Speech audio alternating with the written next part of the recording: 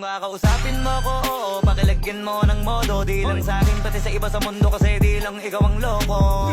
Sumukha na bibig pa lang ay alam ko na ko ng gogoyo. Lalapag sa liwato, no, mga bastos na balagbag kasi panayo po. Hoy toto, la ka na ditong maloloko. Doon ka na, ano ka ba, loko-loko na ako nung matino ka pa. Kumbaga, pag-usapang dililinga po kita. Kaya kahit baliwin pa di uubra, ra. Talk to me nice,